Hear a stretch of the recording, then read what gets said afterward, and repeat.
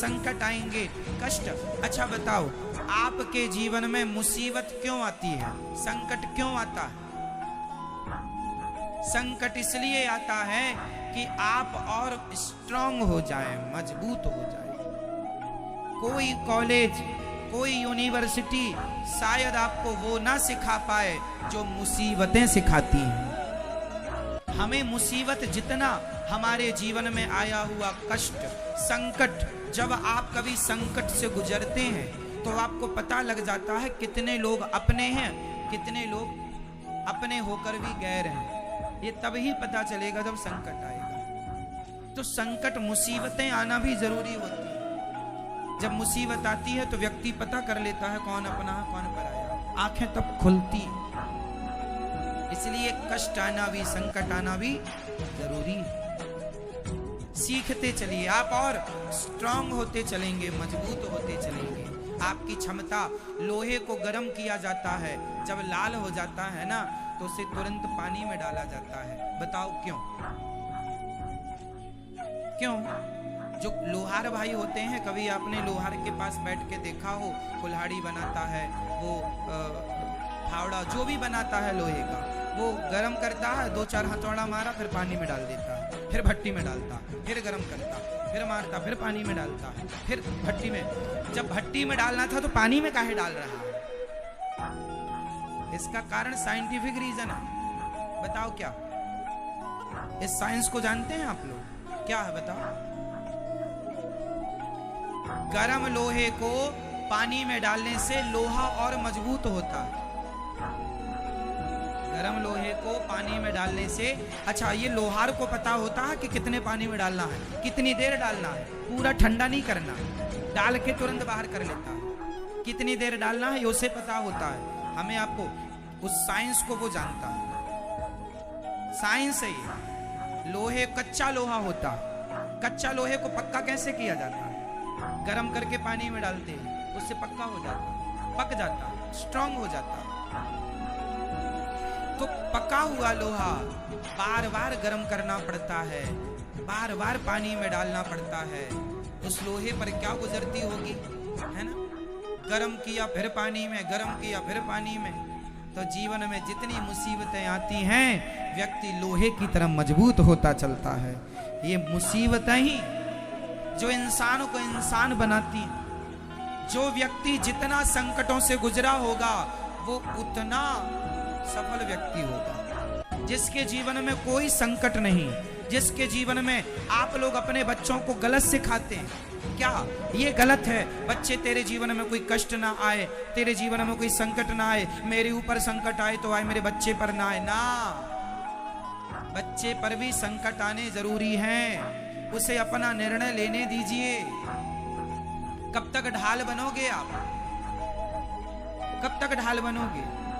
जिंदा हो तब तक, मर जाओगे उसके बाद तो उसके निर्णय उसे ही लेने हैं। इसलिए मजबूत होने दो बच्चों को, उनके जीवन के निर्णय उन्हें लेने दो, सेल्फ डिपेंड बनने दो, आत्मनिर्भर बनने दो उन्हें। ढाल बनकर माँ बाप ना खड़े हो जाएं। कब तक खड़े रहोगे? कहां कहां खड़े रहोगे? किस किस संकट में खड़े रहोगे? किस किस डिसीजन में आप हस्तक्षेप करोगे? निर्णय लेने दो उनको, मजबूत बनने दो उनको, गिरने दो। बच्चा चलना सीखता है ना तो चलता कम है, गिरता ज्यादा है। और जो बच्चा गिरता है वही चलता है, जो गिरता नहीं है वो। बोलो, आपने भी तो चलना सीखा था, क्या गिरे नहीं थे? 10 बार गिरे थे, 10 बार गिर के खड़े हुए थे। अपने से खड़े होने का हमने प्रयास किया था। माँ की उंगली पकड़ के कब तक चलोगे? सारी जिंदगी माँ की उंगली पकड़ कर चलोगे क्या? अपने से भी चलना पड़ेगा। इसलिए खड़े हो जाओ और गिर जाओ। जीवन में हार जाओ तो घबराना मत। हार जाने के बाद फिर से जिंदगी की शुरुआत, फिर से नई सोच से शुरू करना। किसी एक आदमी का मैंने उसके बारे में पढ़ा। एक आदमी था, उसने बहुत मेहनत की। सत्य घटना है, आदमी का नाम मुझे याद था, अभी भूला है। एक व्यक्ति था, बहुत बड़ा आदमी था। ये समझो कि उसके हजारों करोड़ का टर्नओवर था, हजारों करोड़ों की उसकी बड़ी बड़ी फैक्ट्रियां थी, ना जाने क्या क्या काम था। अचानक उसकी फैक्ट्री में आग लग गई।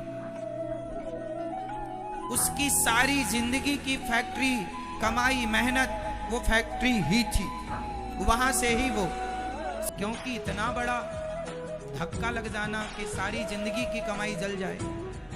उसको लगा कहीं मेरे पति डिप्रेशन में तो नहीं चले गए, पागल तो नहीं हो। कह रहे हैं ऐसी आग कभी देखी है?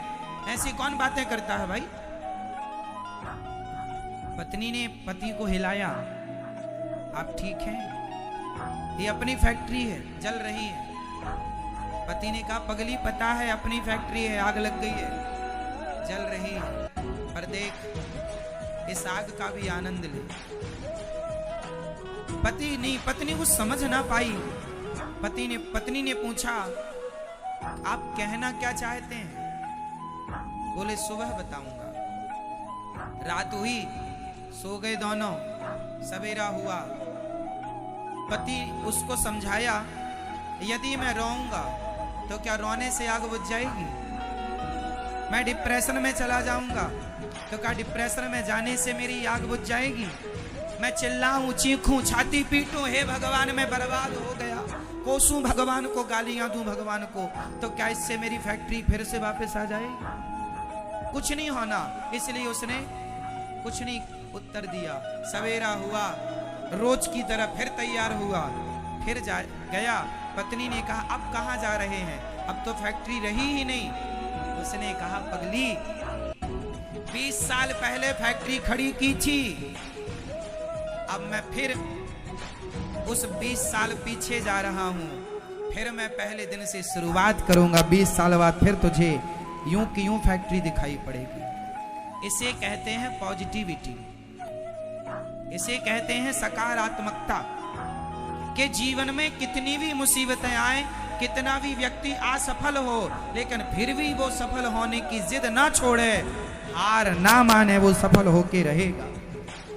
क्या कर लेगी मुसीबतें आपका, क्या कर लेंगे कष्ट संकट आपका, यदि आप मजबूत हैं तो।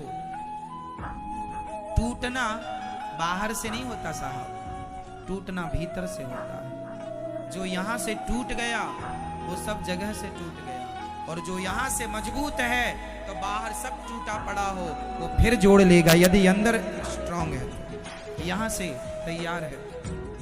इसलिए कितना भी संकट, भगवान ना करे आपके जीवन में कोई संकट आए, लेकिन आए तो हिम्मत ना हारिएगा और राम ना बिसारिएगा, भगवान को याद रखिएगा।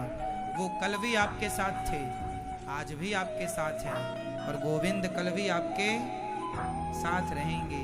मुसीबतें इसलिए आती हैं कि भगवान भी अपने भक्तों को देखते हैं। देखूं तो मुसीबत में इसका मुंह कैसा होता है, देखूं तो कि संकट में ये दिखता कैसा है। कई बार पति अपनी पत्नी को चिढ़ाता है, उसे गुस्सा दिलाता है, अरे तुम में क्या है, तुमसे अच्छी तो बगल वाली है। ये चिढ़ाता क्यों है? तुम्हारा मुंह देखना चाहता है तुम्हारा पति कि तुम गुस्से में कैसी दिखती हो। भगवान ने भी चिढ़ाया था ऐसा रुक्मणी माँ को। माँ रुक्मणी, माँ से कहा भगवान ने, रुक्मणी तुमने बड़ा गलत डिसीजन ले लिया। क्या? आपने हमसे विवाह कर लिया, आपका विवाह तो शिशुपाल के साथ तय था, उनसे कर लेती, हम में क्या रखा। ये बात भगवान ने भी कही थी। एक हर पति अपनी पत्नी को कई बार ये मजाक में कहता है, तो कहता है इसलिए नहीं कि वो किसी और को चाहता है, इसलिए कहता है कि तुम सदा मुस्कुराती रहती हो, मुस्कुराता हुआ चेहरा तो देखा है, शायद उसकी इच्छा है कि वो तुम्हारा गुस्से वाला चेहरा भी देखे। शायद भगवान भी अपने भक्तों को थोड़ा तकलीफ इसलिए देते हैं कि मैं भक्तों का गुस्सा वाला चेहरा तो देखूं, कि मेरा भगत गुस्से में दिखता कैसा है, मेरा भगत गुस्से में दिखता कैसा है। इसलिए भगवान जीवन में कभी कभी विपत्ति देते हैं। इसलिए आपको उन विपत्तियों से घबराना नहीं चाहिए। आने वाले संकटों को डट कर उनका सामना करना चाहिए और ये याद रखना चाहिए कि भगवान हमारे, तू अकेला नहीं प्यारे राम तेरे साथ।